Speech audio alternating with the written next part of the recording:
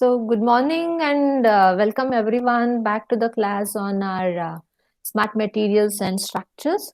So, can anyone let me know what we were dealing up in our last class? Quickly. We're dealing about what topic in our previous class?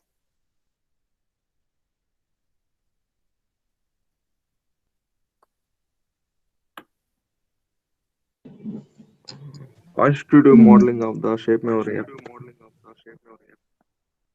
Okay, constitutive modeling of the shape memory alloy. So we just related the concepts what we studied earlier related to Thanka's model and referred in general how the constitutive model for shape memory alloy will be developed for purely martensite with the austenite phase also, and also we learned about linearity aspect for the applied stress, strain, fraction of martensite and austenite with respect to Young's modulus also. So we evaluated many parameters basically which could be calculated for any shape memory alloy.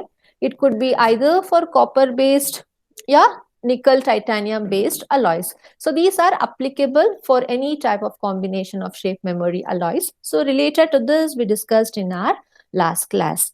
So now we have to proceed further related to vibration control, which has to be analyzed in any shape memory alloys. So this vibration control usually comes into picture where you have noise and n number of vibrations with example of a cantilever. So if you have a cantilever beam, it will be constrained at one end. So when you apply the tip mass, it starts showing different modes of frequencies. At that time, the vibration usually comes into picture. It could be either in case of PZT, yeah, piezo material, or the same concept is applicable in case of our shape memory alloys also. So the same concept of how a vibration could be controlled by using shape memory alloys is discussed here by a researcher Srinivasan along with Shetty. Okay, so these two people evaluated all the concepts of vibration which do come in a cantilever beam. So how to overcome or how to control it by using our shape memory alloys. So they have dealt around four type of configurations in cantilever beam to overcome certain amount of vibrations associated across different modes of frequency. So the same thing here we will be going one by one. So as I told you, the researcher Srinivasan described the exactly conducting four experiments. Why he conducted four experiments? To evaluate the characteristics of shape memory alloys associated to vibration control aspect. Or else if you just say Srinivasan conducted some experiments to evaluate characteristics of SMA means it involves many characteristics. You have to justify that it was an interest with respect to the vibration control aspects in any given structure. So related to vibration aspects, Srinivasan conducted four experiments, test 1, 2, 3 and 4 with four variants of configurations of the cantilever beam. And he showed how the vibration could be controlled. So to begin with, we will start up with the first experiment, right? So the first experiment what he conducted was to examine what is the frequency response for nickel titanium based shape memory alloy wire. So since the nickel based shape memory alloys are more familiar and in the market due to its good properties, he just took the same combination of nickel based alloy to check for the frequency response in a given cantilever beam.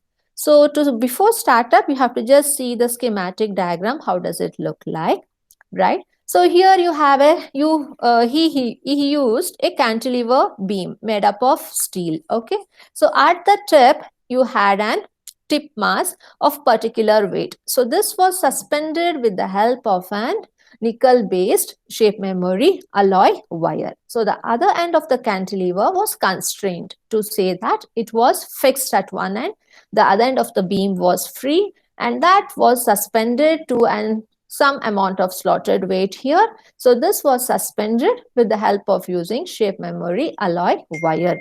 So this was a simple beam cantilever structure what Mr. Srinivasan used to check the vibration control aspect in an cantilever beam.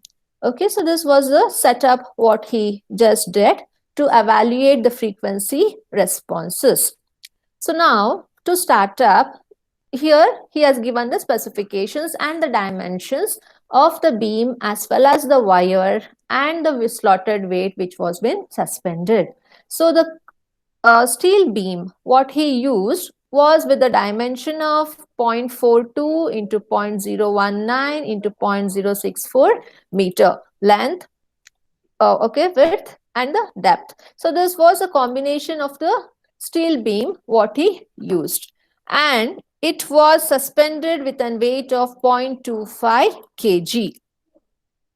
So he has given the slotted weight at the end was as 0.25 kg, and the dimension of the cantilever beam, the length, the width and the breadth is mentioned as I told you before.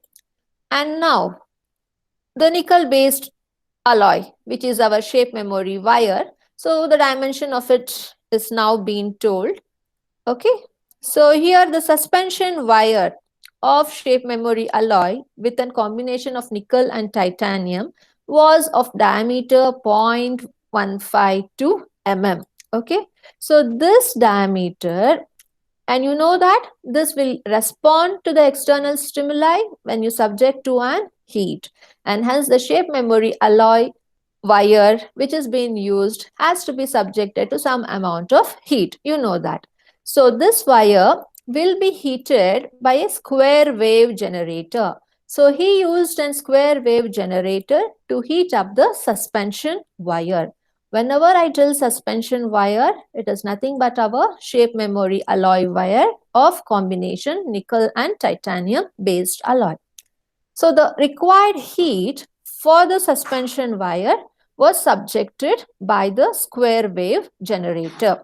So the output of this generator was 0.7 amperes. Okay.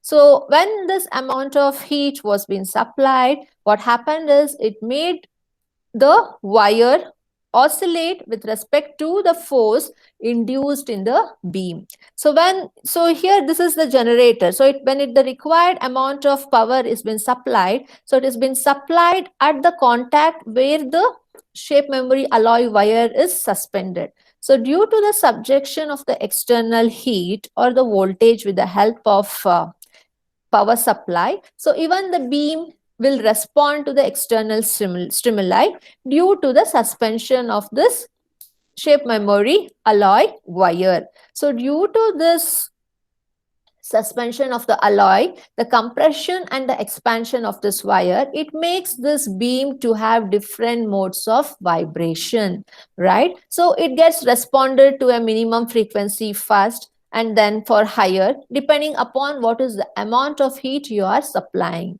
So if it is of less amount of heat, it compresses and expands slowly. As you increase the temperature subjected to the suspension wire, it quickly expands and compresses, which shows the austenite phase as well as the martensite phase. So due to expansion and compression periodically or consistently, it makes this beam to oscillate to and fro. So as you increase at a very faster rate, it will be having different modes of frequency with large amount of vibrations induced, right, which is associated with noise as well. So this is the need why you have to use the shape memory alloy to analyze and control the vibration which comes in any cantilever beam, right? So due to it, what happens that the beam gets vibrated, so you'll be having different modes of frequency. So when it is coming, you should identify where exactly the resonance comes into picture. So at resonance, it produces a vibration which is detectable by touch. If you just feel it by the if you just touch with your finger also on a cantilever beam, then you can uh, observe the resonance which is coming into picture. So this process is continued until unless you reach the first resonance. Like that, the three resonance were being observed. Initially, you provide a mild amount of heat supply. So due to that, the shape memory wire will compress and expand, moves from austenite to martensite. And as a result, even the beam gets fluctuating to and fro, you'll get different modes of frequencies. So as you increase rapidly the supplied heat, so it will be having a good swing of moment to and fro, and finally it reaches its first resonance. So at that resonance, if you feel with the touch, even by your hand, you can feel the vibrations which are detectable. Similarly, three types of resonance were observed. So first resonance at first mode of frequency, second resonance at second mode of frequency, and third resonance at third mode of frequency. So when he did this type of experiment, he observed that the three resonance were observed with the highest frequency range at 168 hertz. Okay, so this was the maximum frequency at which he could observe the three resonance, means all the modes of frequencies at the highest peak values. So once he observed, the amplitude of vibration could be increased by applied force cooling to the wire. What do you mean by it? So at 168 hertz, he observed the three resonance. So at that, so you'll be having a sine wave, and each wave will be having a particular amplitude. So that amplitude will speaks, if you look in the diagram here, see, you can observe the wave here of the frequency. So this amplitude will refer the height of the vibration which is coming into picture, right? So the amplitude of the vibration could be increased by applying forced cooling to the wire. So if you want to increase the vibrations, so that can be happened when you subject the given suspension wire or the shape memory wire for cooling. Means you will not apply or supply any heat, you will allow it to cool. So due to cooling, what happens is there will be and change of phase from austenite to that of martensite. So due to phase transition in the suspension of the wire, it results in the formation of enhancement in the vibrations. Okay, so this is what I was supposed to inform you. So this was the first test what he performed to see that how the vibration can be increased by using shape memory alloy. So it is not only this was not only the agenda of Mr. Srinivasan, right, to increase the vibration. He has to see how the vibration could be increased, how it could be compensated, how it could be reduced, how it could be fine-tuned as per the requirement with the help of shape memory alloys. So now in the first experiment, he showed how an vibration could be enhanced due to the addition of shape memory wires as a suspension to the slotted weights. So this was the first test configuration using a cantilever beam, SMS wire, and the slotted weight. So the SMS wire, what he used is nothing but the nickel-based titanium alloy of shape memory combinations. So this is done now.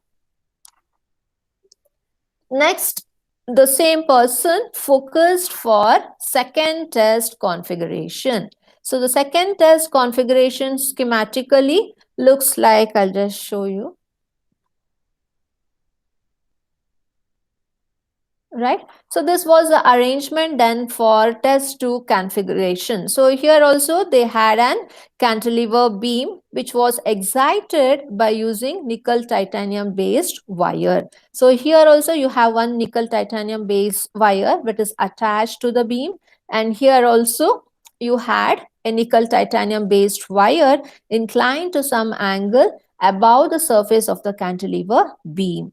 And the wire which is mounted across the surface of the cantilever beam was subjected to the power supply. So you had here two beams with two shape memory alloy based wires. So how E worked on, we have to see now. I hope the first test configuration is clear. If you have any doubt, I will explain and then move forward. Is that clear? First test configuration? Yes, Okay. ma'am. Yeah. So now we will just proceed for the test 2 configuration. So in test 2 configuration, again, as I told, the nickel titanium based wire loop was fastened. So you have a wire. So that was turned into a form of a loop, right? So that it helps in understanding how the reaction comes into picture even when the wire is in the loop form. Here the wire is linear. It is mounted straight on the cantilever beam. Whereas here the loop of shape memory alloy wire is mounted across the surface of the cantilever beam, right? So here this wire loop was fastened to an beam of fiberglass. Remember last time the beam was made by stainless steel and now the beam which was used was an fiberglass. So on the surface of the fiberglass, the loop of the wire was being added, okay, embedded to it. So how it was embedded? You should be having some adhesion layer in between so that the beam and the suspension wire will be having some adhesion across each other. As a result, so when it has different modes of frequency, it will not detach and it can together show the different modes of frequencies. For that, you need a resin or a type of adhesion to stick both the things. So here he used a reinforced resin, okay, whose dimension is as mentioned over here, 0.3 into 0.25 into 0.001. So this was the dimension of the resin what he used in order to make this loop of the shape memory alloy to embed across the surface of the fiber glass. So don't write here as steel. In first configuration, it was steel. And in the second configuration, it is the fiberglass what he is using. And later, again, the diameter of the shape memory alloy, what he used was 0.152 mm diameter. And this wire was long of length 0.20 meter, right? And this was mounted on the V configuration on the central axis of the beam. So V configuration is nothing but this V, the loop what they have formed here, right? So that looks like an V configuration. So in the shape of V, this suspension wire was embedded into the cantilever beam with the help of using a resin. The same thing has been told here. So once it has been attached, what to be done? The wire has to be excited electrically. Then only you can get different modes of frequency. Similarly, here a square wave generator was used, as in case of first experiment also we used the same, right, to provide the required heating effect. So here also the given wire was excited electrically with the help of using a square wave generator. Because the square wave generator helps to excite the wire at different range of frequency. You cannot just check it for one value of the frequency and substantiate that this is the result, how it is showing the vibration enhancement and how it is reducing. That is not possible. Always you have to test for different ranges of parameters. In our case, now it is with respect to different parameters or different variable factors of frequency. So this square wave generator always helps to test the modes of frequency at various range, and hence we have used the same thing as we used in our first experiment.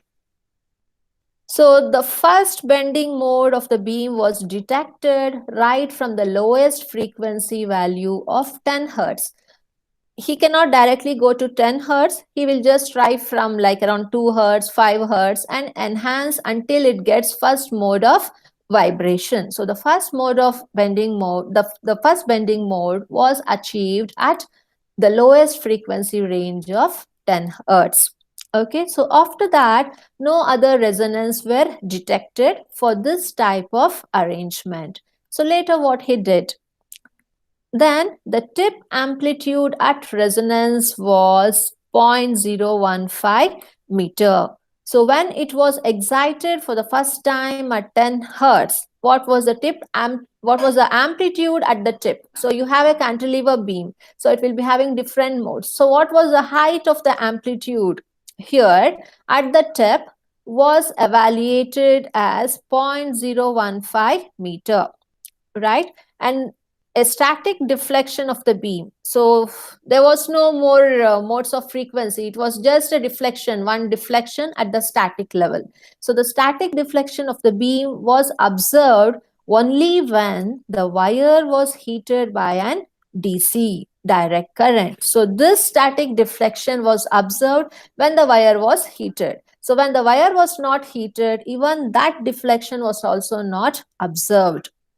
Why? Because here you have two shape memory alloys which is being embedded on the surface of the beam right here, and it is at the surface at the top of the cantilever beam. So both have been attached. So only the power supply is given to the first cantilever beam.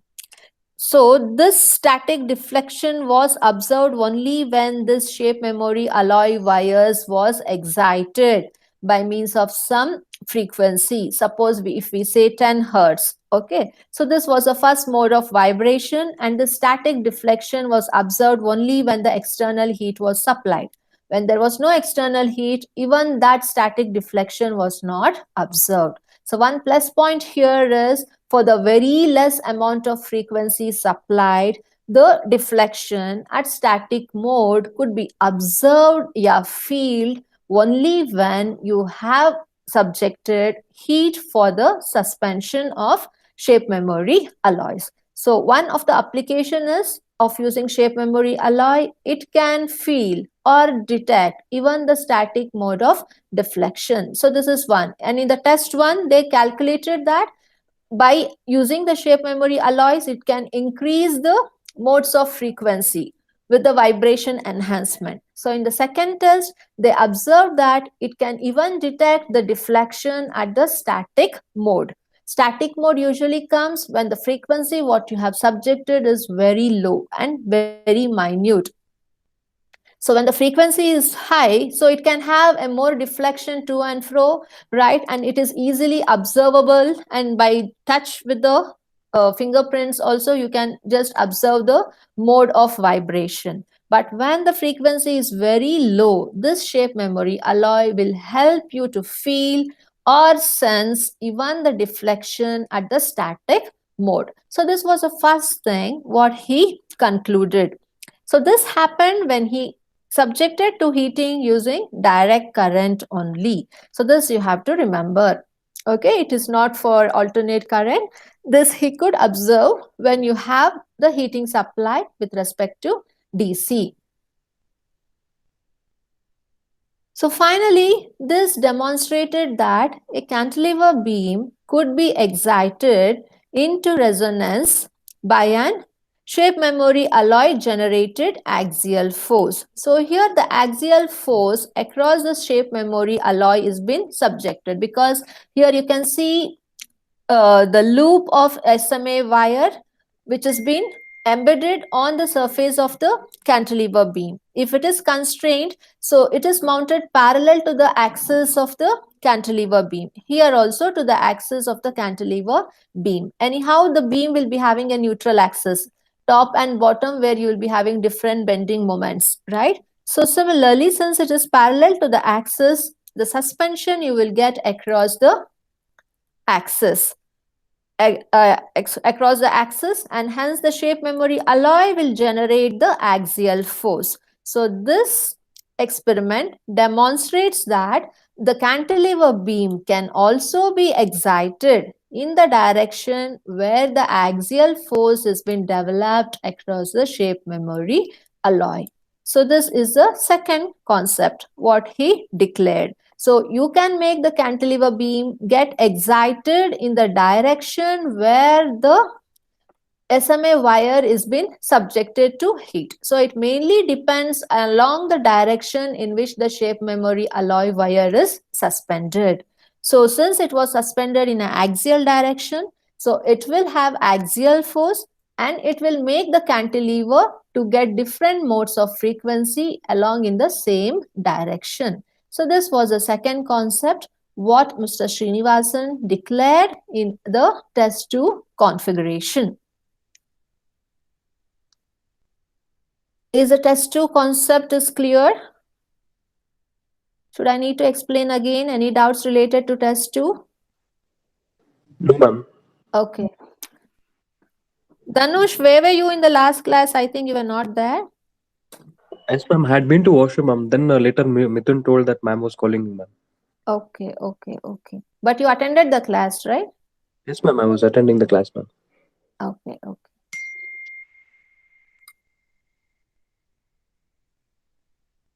So next is test 3 configuration. So he did with the test 3 configuration to mainly examine the feasibility of how to control the vibration in a given beam structure.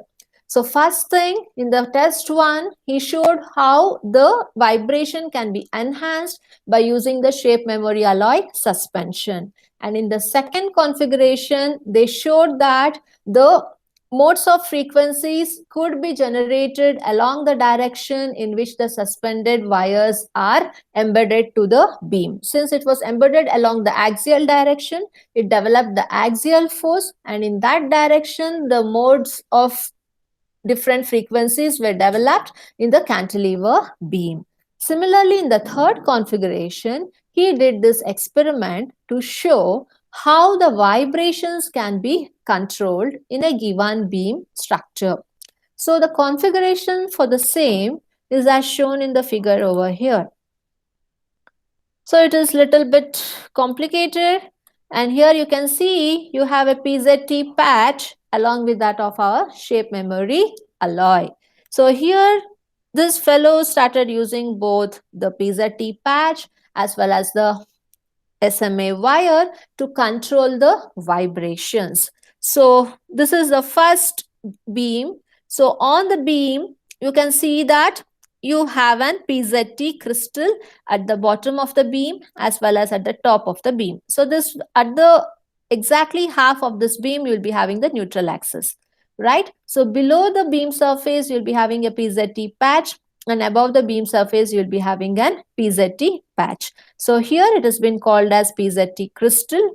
Okay, so this is used for as an forcing element, and this PZT crystal below is used as an sensing element, right?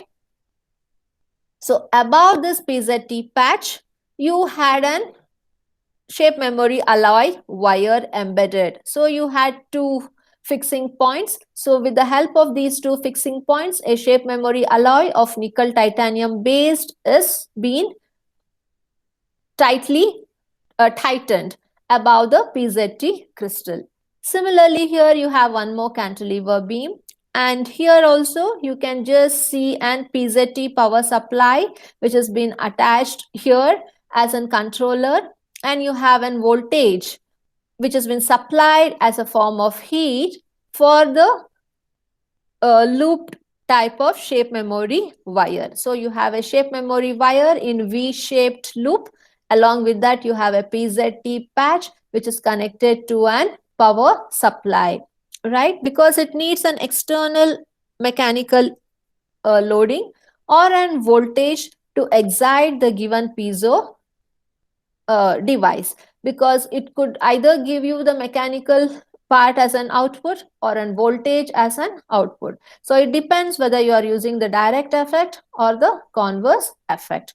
So according to the required effect, you should supply the voltage. So here PZT patch is used to supply the voltage, and hence it will induce the required mechanical value what we need, either stress or strain, whatever is been needed. So in test 3, we used both the PZT element as well as the shape memory alloy to control the vibrations which come across when the beam is being subjected to an suspended weight.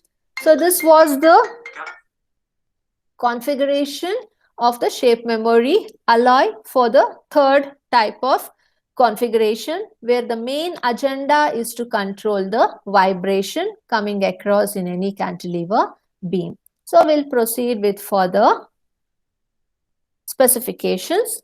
So now again here the beam was made up of fiberglass resin with a dimension of 0.1 into 0.02 into 0.001 and a narrower of 0.01 m root section was employed. Here you can see that the cantilever here what we are using is not of uniform cross section of rectangle strip.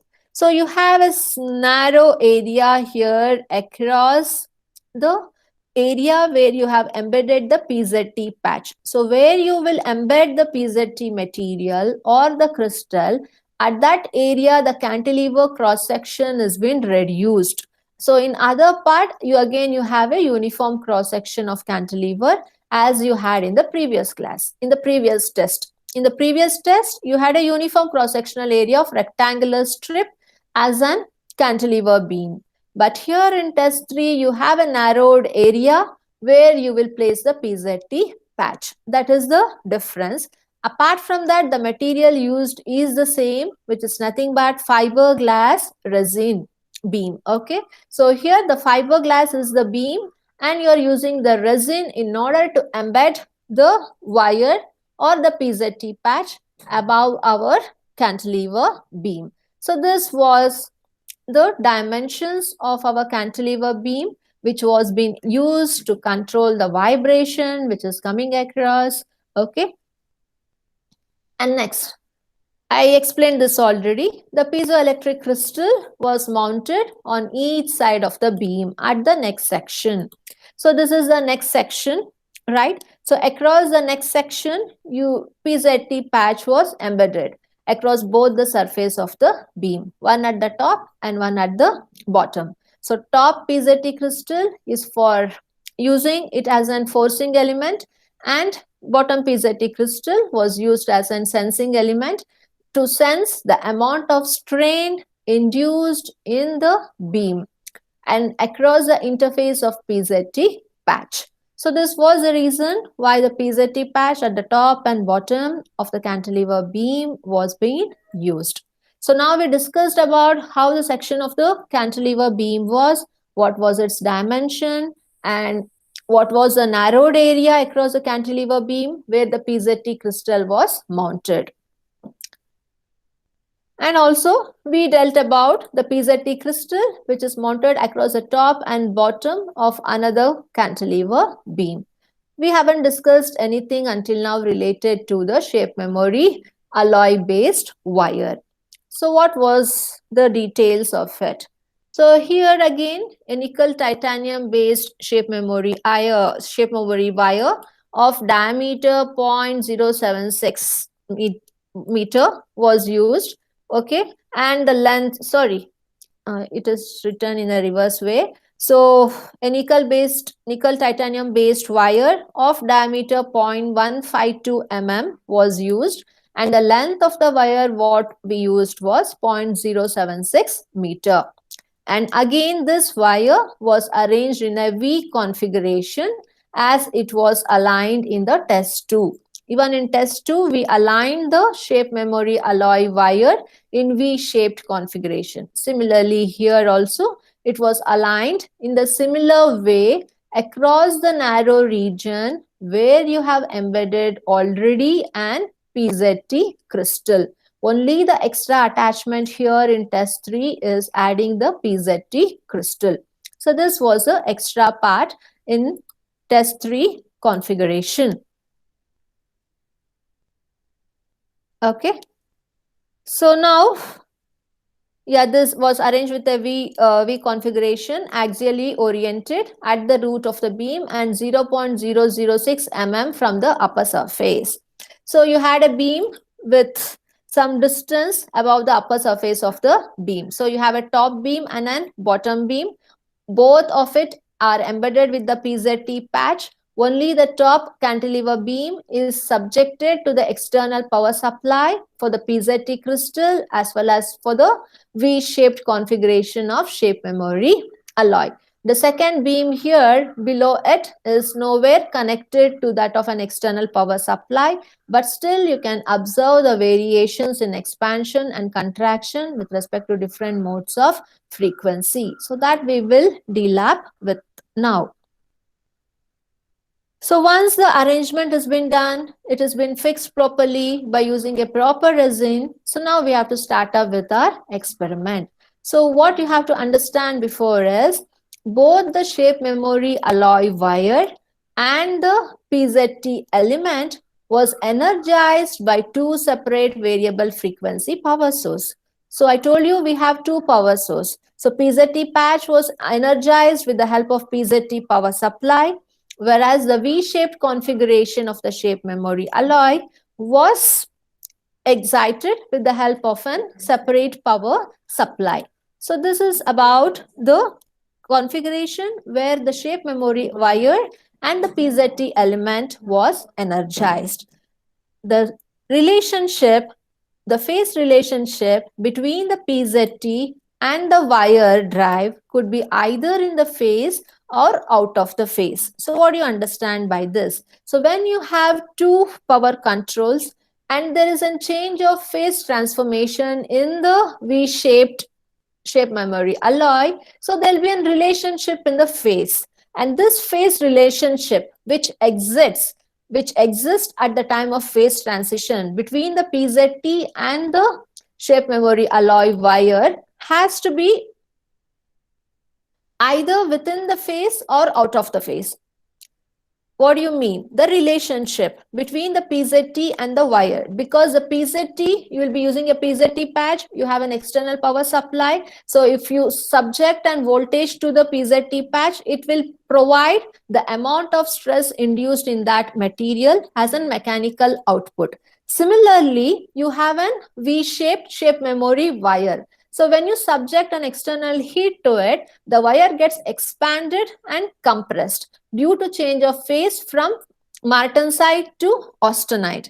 And similarly here, due to subjection of voltage, it will provide some mechanical stress which has been induced. So there should be a link between the phase of PZT and the phase of shape memory alloy. So this link across the phase, it could be within the phase range or outside the phase range. So it depends how both will compensate in adjusting at the particular change of phase transition. It cannot be the same for all the combinations. Sometimes the phase at which the change takes place in shape memory alloy could be out within the range of mechanical stress induced by the piezoelectric material due to the application of external voltage. So it depends, either this relationship will be within the phase or out of the phase. So that usually varies. So this is the first thing. And the next is, when the beam was excited by the shape memory alloy wire, heating and cooling takes place. I told you. So when you subject an external power supply for the shape memory wire, so it gets heated and later it gets cooled. So due to heating and cooling, the first mode of frequency was observed at 35 Hertz, right? So when it was excited by only PZT crystal, it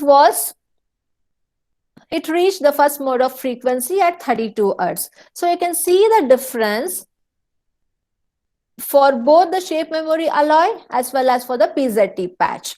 So the first mode is observed in shape memory alloy at 35 Hertz due to heating and cooling of the shape memory wire. Similarly, the first mode of frequency was observed of PZT crystal at a frequency of 32 hertz. So you can see that the change of phase is varying from shape memory wire to that of the PZT patch. So always you can say that it will not lie within the phase. If both have achieved the mode of frequency for the first mode of frequency for the same value, so then you can say that both the materials are within the phase. Always it will not fall within the phase. There'll be some value very near to each other. You can understand 35 and 32. It is not too far away. That is just a difference of 3 hertz. It is almost nearer to it. Means to say that the first mode of frequency achieved by shape memory alloy as well as a PZT patch is almost nearer to each other, but still it is not falling in a single phase. If it has to fall in single phase, the first mode of frequency for both the material should lie in a common frequency. Then you can say that it is lying within the phase. If it is showing the first mode of frequency for two different values, then you have to say that the relationship between the PZT and the wire drive is out of the phase. So this is what I wanted to convey you, how you can control the frequency ranges by using PZT as well as the shape memory alloy wire. At this case, if a researcher slightly fine-tune with respect to PZT patch and shape memory alloy combination, he can succeed in getting the first mode of frequency for the same value. Okay, so then you can tell that the relationship between the PZT and the wire is lying within the phase. So when it lies within the phase, it will be very easier to control the vibrations which is coming across in a cantilever beam, or else it will not be possible. Okay, so this is the funda or the thumb rule what one has to keep in mind while playing with that of shape memory alloy wire along with the configurations of PZT patches. Is this clear? Hello. Yes, ma'am. Yeah, so every configuration you should be very clear enough. What happens in test 1, configuration test 2, test 3, and lastly we have to now go with test 4 configuration. So test 3 configuration was mainly to see that how to control the vibrations in the given cantilever beam. If you use only PZT patch or only shape memory alloy wire, you can just observe the different modes of frequency at different frequency range. But if you want to control, you should design the PZT patch as well as the suspension wire in such a way that both lie in the same phase of frequency. Then you get the first mode of frequency for a common value, second mode of frequency again for another common value, in which the amount of vibration gets compensated or reduced. So that is a technique what one can use if you need to reduce the vibrations which come across during different modes of motion, to and from motion in a cantilever beam. So this was about our test 3, and lastly we need to cover test 4 configuration.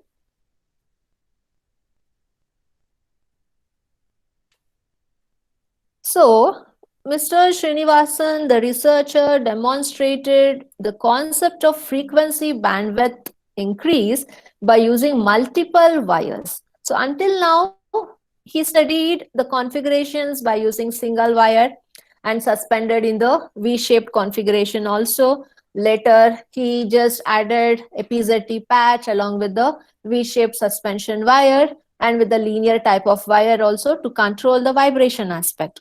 But in the last configuration, what we wanted to show is how to demonstrate the frequency enhancement in the given bandwidth. So that could be possible only by using or embedding multiple suspended shape memory alloy wires. So this will energize the given commutator to enhance the frequency of the given bandwidth of any cantilever beam. So this was the main agenda or the goal of the person Srinivasan to configure the test 4 type of cantilever beam. Here the schematic, if you just want to have a look, it is how it is been visible over here. Again, you have a complicated design of cantilever beam here. So here he has embedded the strain sensor, the the tension based sensors, right? And you have the shape memory alloy wires. You can see you have multiple shape memory alloy wires, 1, 2, and 3. And along with that, you have a DC power supply, which will provide the required heating effect for the shape memory wire. So you have first shape memory wire. So this is the second shape memory wire. And you have the sensors to sense the amount of strain induced in the cantilever beam. And due to the expansion and compression, the tension is generated in the SMA wire. So to sense what is the amount of tension generated in SMA wire, even those were embedded with tension sensors. And again, you had a bottom layer of cantilever beam on which the layer of SMA wire was being embedded. So here also you had one spring which can observe in varying the tension generated. So when you have a cantilever, one end of the wire has been constrained here, the other end is fixed across the surface of the cantilever, below which you have an spring which helps in tightening the wire. So when you tighten the wire, it helps in sensing the tension across the wire. So if you tighten more, the tension will be more across the wire. If it is not tightened much, then the amount of tension generated across the spring will be lesser. So this attachment was used in order to adjust the tension across the given cantilever beam. So this was the initial arrangement or the setup which was needed in order to check how the frequency bandwidth could be increased by using multiple shape memory alloys. So this was just an representation of schematic of the experimentation setup. And again here they used shape memory alloy wires, which was of the combination in nickel and titanium based, and they used two separated nickel and titanium based wires of each diameter 0.5 meter, and these were mounted on a fiberglass rectangular box. Fiberglass rectangular box is nothing but our cantilever beam. The cantilever beam is made up of fibrous glass material of cross section area which looks like an rectangle. Okay, so on the surface of this rectangular fiberglass, the shape memory alloy wire was being suspended. Sorry, it was not suspended, it was mounted. And it was mounted by using a particular resin, what we used in previous configuration also.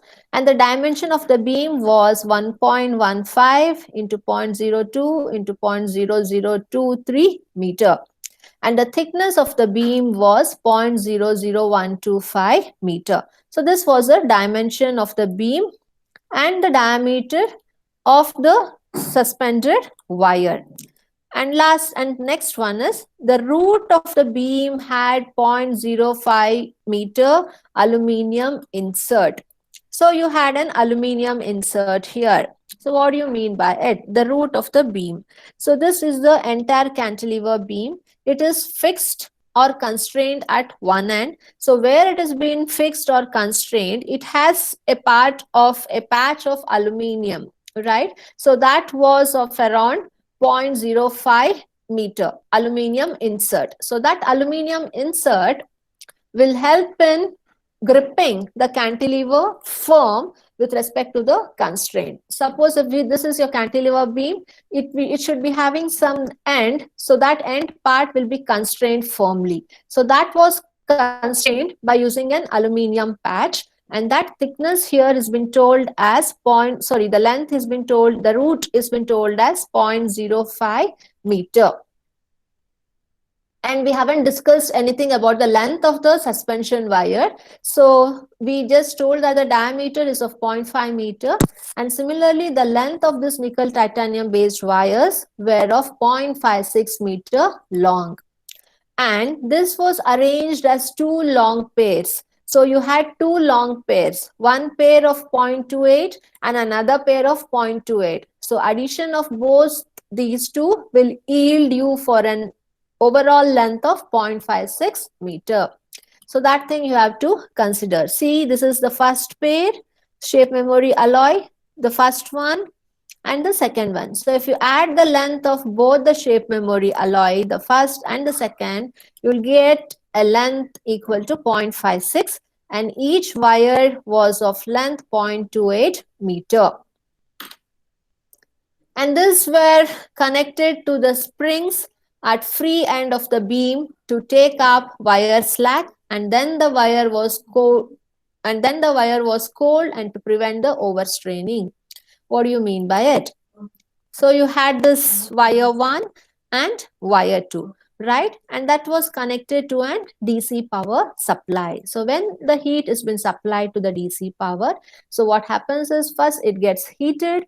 Due to the heat, it gets expanded. It will be in austenite phase, and then the power supply will be stopped. It will cool. So due to cooling, it comes back to the martensite phase. So there will be a change of phase from martensite, from austenite to that of the martensite. So this results in heating and cooling effect, right? So due to this, the amount of tension which has been associated in the shape memory alloy wire is been sensed by the tension sensors. So this is done. So after that, so at the free end of the beam to take up the wire slack. So you have an wire at the end of the beam. So in order to check the tension across the beam at the end, you will be having tension sensors. So after this, what we have to check up is, this is over. Just a second.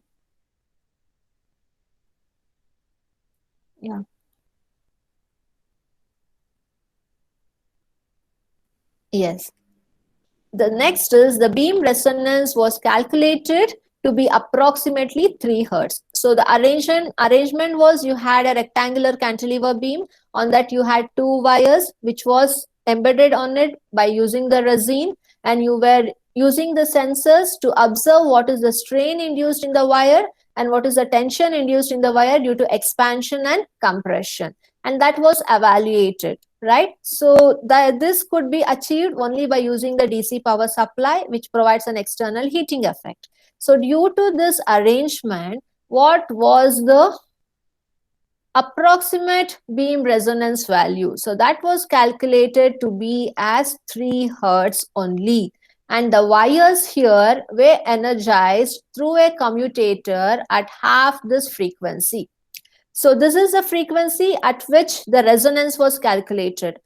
Means that is a resonance frequency at which the beam is excited. But at the exactly half value of the resonance, it was observed that it could achieve the highest energizing across the half of the frequency. That means to say that the resonance it will achieve at 3 hertz. So before achieving the resonance, the amount of energy associated in that beam had an enhancement at half the value of frequency.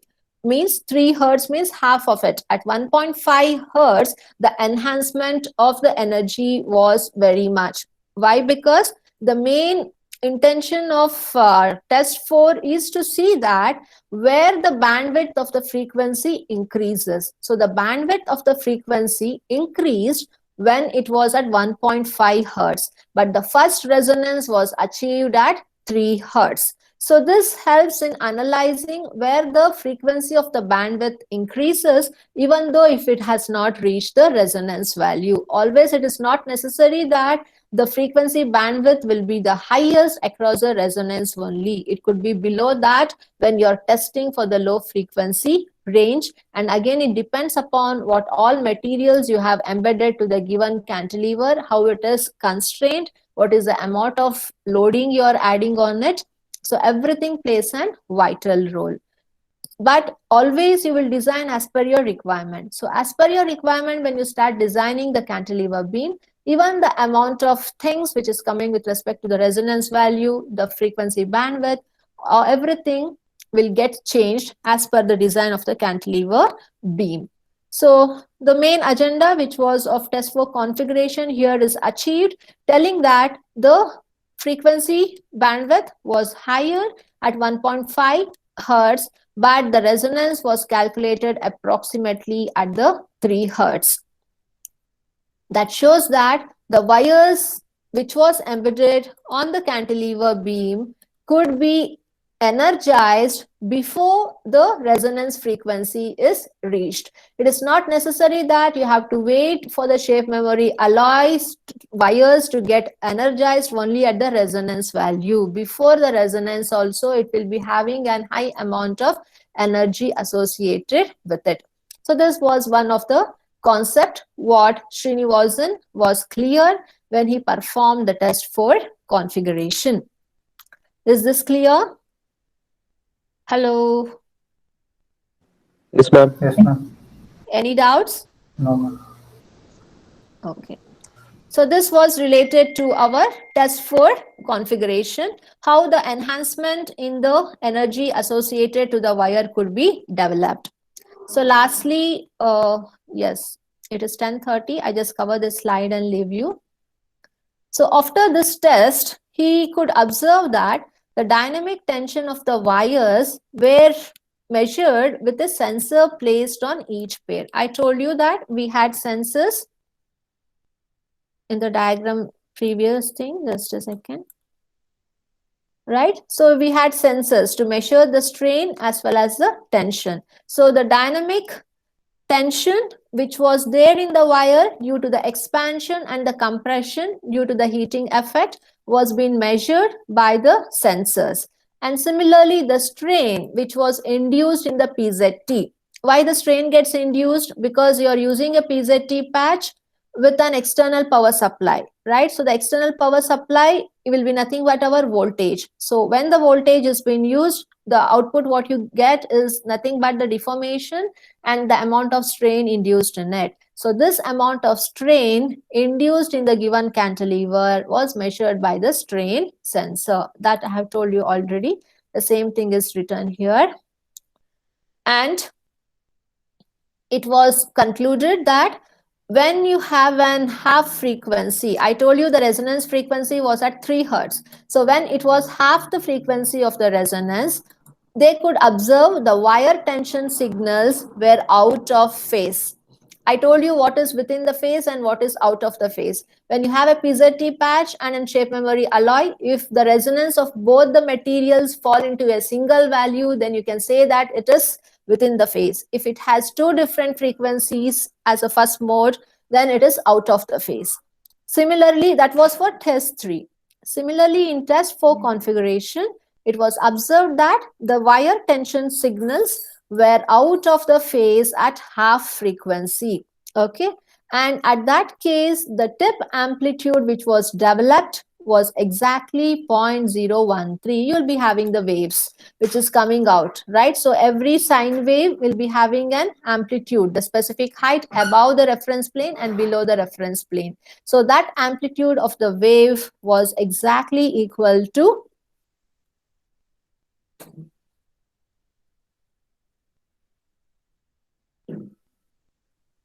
0.013 meter. So this configuration of the amplitude and the half frequency range was successfully demonstrated by using a proper shape memory alloy excitation structures, right? So finally, this type of arrangement shows how a shape memory alloy can be used for active and passive vibration control.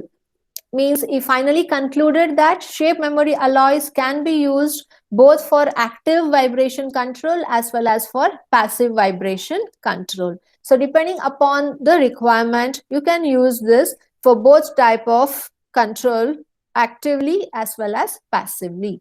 So this is about our test 4 configuration.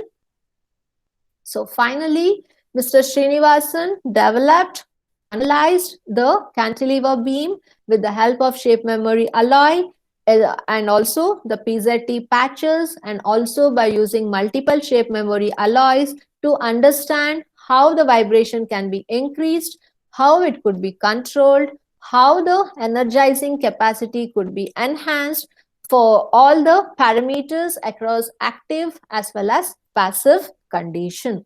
So if they ask you to explain in the examination or in the internals about vibration control aspects through shape memory alloy, you should explain all the 4 configurations right from test 1 to test 4, right? So this is how you have to explain with all 4 neat diagrams. You have to draw, label it properly and explain it. So currently I'm stopping here. If you have any doubts, kindly let me know. And I have posted an quiz link in the Google Classroom. So kindly you take the quiz after the class, submit it within time. And if you have any doubts, you are free to ask me now. Sandesh, did you understand? Yes, ma'am. Any doubts? No. Mohan Ambal, clear? Danush, Yes, ma'am. Sri Harsha, Yes, ma'am. Srinidhi, any doubts? Any doubts? Sukrut, Yes, ma'am. any doubts related to today's class? No, ma'am. Mithun? No, ma'am. Okay, so everyone kindly type your name and USN in the chat room. And do take the quiz before your next session starts. It takes a matter of 2-3 minutes, not more than that. I have just posted 5 questions. Just answer it before your class starts. Fine then. Take care and have a nice day until we meet in the next class. Okay. Yes, ma'am. Thank you. Thank you. Yeah. Thank you. Bye-bye. Bye.